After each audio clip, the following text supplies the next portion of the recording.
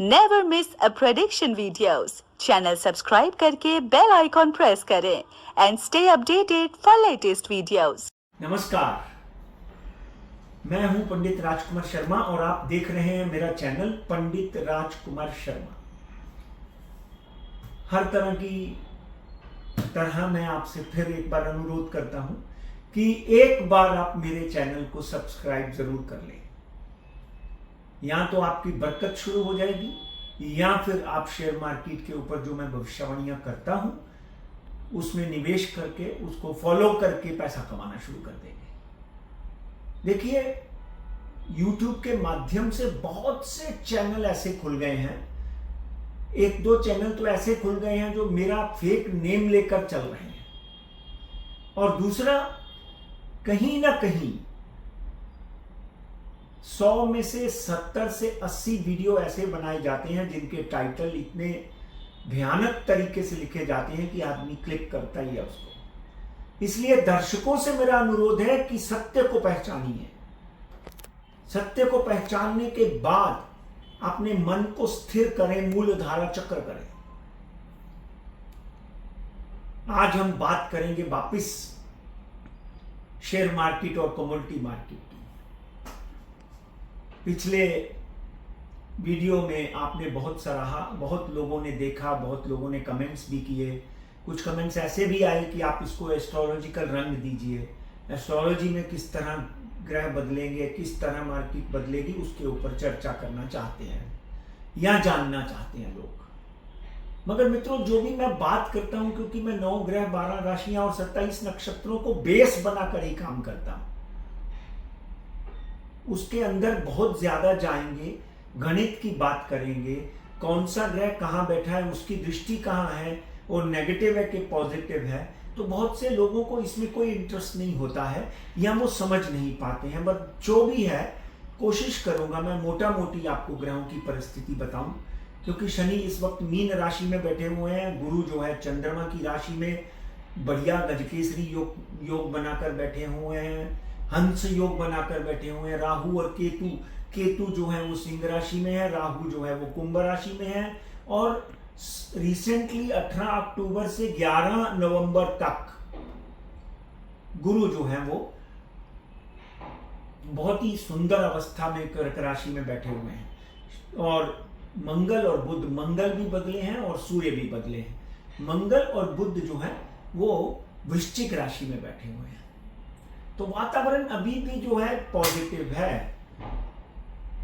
बहुत से लोगों के माध्यम से या एनालिस्ट के माध्यम से तो बाजार बहुत बुरी तरह गिरना चाहिए था, मगर आपके आशीर्वाद से, आपकी शुभेच्छा से ये एक ऐसा माध्यम था, स्टेटमेंट थी या प्लेटफॉर्म था जिसमें मैंने बोला था कि मार्केट नहीं गिरेगी, चाहे बढ़े या ना बढ़े। कुछ लोग तो 74-75,000 BSE को देख रहे थे, मगर यहां पर इस वक्त फिर मैं इन ग्रहों की परिस्थितियों को देखकर, देखिए मंगल और बुध भी मित्र हैं, शनि मीन राशि में गुरु की राशि में बैठे हुए हैं। गुरु का तो एकदम मस्त हंस योग बना हुआ है, गजकेसरी योग भी इसको कहते हैं। राहु और केतु भी पॉजिटिव है, तो बाजार गिरने का सवाल ही पैदा नहीं होता। पिछली बार जब हम बात कर रहे थे तो मार्केट यहां से 2000 पॉइंट नीचे थी। देखिए 3 दिन बढ़ती है, 1 दिन घटती है, ये आपने देखा होगा। आज हम बॉम्बे स्टॉक एक्सचेंज की क्लोजिंग देखेंगे तो ऑलमोस्ट 85,000 जो हमारी भविष्यवाणी थी वहां पर बंद हुई, 84,997.16 टू बी प्रिसाइज। और निफ्टी 26,056, निफ्टी तो 24,800 थी जब मैंने बोला था 26,000 जाएगी। आप दर्शकों याद करो, यहाँ वो वीडियो देख लो। बैंक निफ्टी 58,314 के ऊपर चल रही है। तो यहां पर आज 3:30 की क्लोजिंग हुई है। आज 29/10/2025 है, महीने का ऑलमोस्ट, यानी कह लीजिए कि कल 30 और 31 है, महीने के ऑलमोस्ट हम आखिरी पड़ाव पर पहुंच चुके हैं। फ्यूचर एंड ऑप्शन की अवधि भी खत्म हो गई है, नया महीना मार्केट के हिसाब से शुरू हो गया है। अब हम बात करते हैं कि कहां जाएगा अगले 15 दिन का ट्रेंड बाजार का। अगले 15 दिन का ट्रेंड भी नेगेटिव नहीं है। BSE 86,150 के करीब करीब जा सकता है। मार्केट अगर एक दिन 300 पॉइंट कम होती है तो दूसरे दिन 450 पॉइंट बढ़ सकती है। और NSE का आंकड़ा भी जो है वो इसी तरह, यानी नीचे का स्तर BSE का जो है ज्यादा से ज्यादा 83,400 का है, ऊपर का 86,150 का है। निफ्टी जो है वो आज 26,056 26,056 के ऊपर बंद हुई, और जब 26,000 के ऊपर बंद हुई तो बाजार और ऊपर जाता है। 26,580 580 तक बाजार वापिस निफ्टी 50 जा सकती है। और नीचे का आंकड़ा जो है इसका 25,400 के करीब करीब हो सकता है अगर बहुत ज्यादा गिरी तो। देखिए, अगर ये 25,800 का आंकड़ा तोड़ती है वापिस एक बार, तो डेफिनेटली एक बार 25,600 का आंकड़ा भी तोड़ सकती है। मगर बाजार में कहीं ना कहीं खरीदी कुछ ना कुछ शेयरों में बढ़ती जाएगी, चलती जाएगी। पिछली बार हमने रिलायंस बोला था, आपको याद होगा, रिलायंस ने एक बड़ा जंप मारा। और इसी तरह बैंक निफ्टी का स्तर जो है 58,315 पे बंद हुआ है, ये 60,000 जाएगा, और नीचे का स्तर जो है वो 56,800 तक जा सकता है।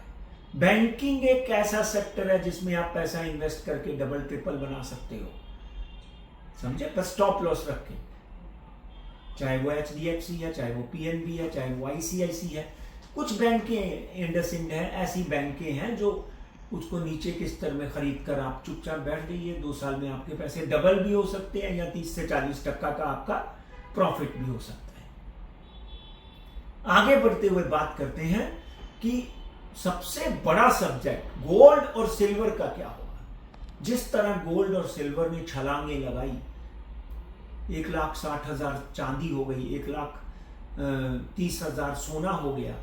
आज की जो, अगर हम इस वक्त की बात करें 4:25 की, तो आज हमने देखा कि बाजार जो है वो सोना इस वक्त जो है 1,21,450 चल रहा है। मैं आपको याद दिला दूं कि मैंने बोला था कि 1,24,000 का आंकड़ा शायद ना तोड़े, उसने 1,24,000 का आंकड़ा तोड़ दिया है पर 10 ग्राम।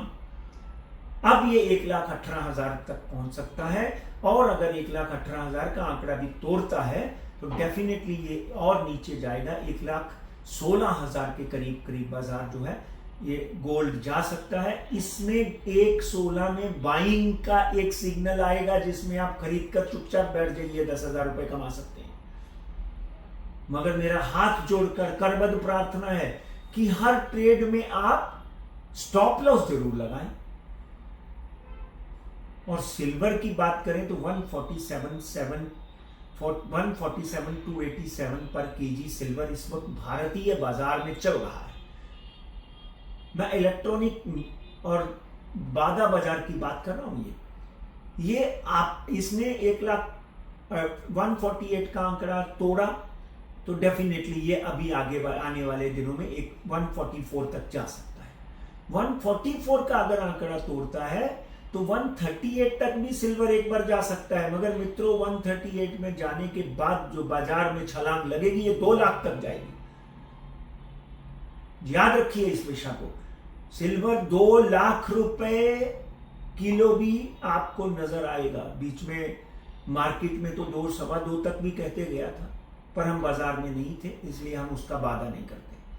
तो इसलिए एक बात ध्यान रखिए, आगे आने वाले दिनों में शनि जिस तरह बैठे हुए हैं और 11 तारीख को गुरु वक्री हो जाएंगे 11 नवंबर को, तो ऑयल अभी तक सोया हुआ था। पिछले 2 से 2.5 सालों में ऑयल में एक बड़ी बचत, बड़ी आपको जो है वो चढ़त नजर आएगी। 6814, 5630, 5250। गोल्ड में जैसे बढ़त आई ऐसे ऑयल में भी बढ़त आती हुई दिखाई देगी, पर उसका सिग्नल अभी तक मुझे एस्ट्रोलॉजिकली शनि और केतु और राहु की प्लेसमेंट से दिखा नहीं है, इसलिए मैं कोई वादा नहीं करता। पर इस वक्त भी थोड़ा बहुत गोल्ड लेके रखा जा सकता है, इसमें अगले 3 महीनों में 15 से 20% की बढ़त नजर आ सकती है। भारतीय बाजारों के बाद कहीं ना कहीं, याद रखिए एक बात, कहीं ना कहीं प्रॉपर्टी की बात करें तो मुंबई में प्रॉपर्टी के दाम वापस बढ़ते हुए दिखाई देंगे आपको। अंतर्राष्ट्रीय स्तर पर जिस तरह के से इन्वेस्टर भारत में आ रहे हैं, चाहे वो नई यूनिवर्सिटीज खोल रही हो, नई इंडस्ट्री खुल रही हो, नए मल्टीनेशनल कंपनीज आ रही हो, डेफिनेटली बाजार में 180 के नीचे जाता हुआ तो मुझे नहीं दिखता। 24,800 के नीचे निफ्टी जाते हुए नहीं दिखता। मैं तो अभी भी बोलता हूं इस मोमेंट के ऊपर भी कि बाजार में अच्छे शेयरों में इन्वेस्ट करके बैठे रहने से आपके पैसे साल 2 साल में डबल हो सकते हैं। कुछ कंपनियां ऐसी हैं जो नीचे आई हुई हैं, उनको लेके बैठ जाएं तो भी बढ़ सकती हैं। अपने एनालिस्ट को अप्रोच करें और या फिर हमारी सर्विसेज सब्सक्राइब कर लें। मैं आपका मित्र पंडित राजकुमार शर्मा इसी तरह हर 15 दिन में आपका मार्गदर्शन करता रहूंगा। अब मैं आपसे चाहता हूं इजाजत। Kindly log on to my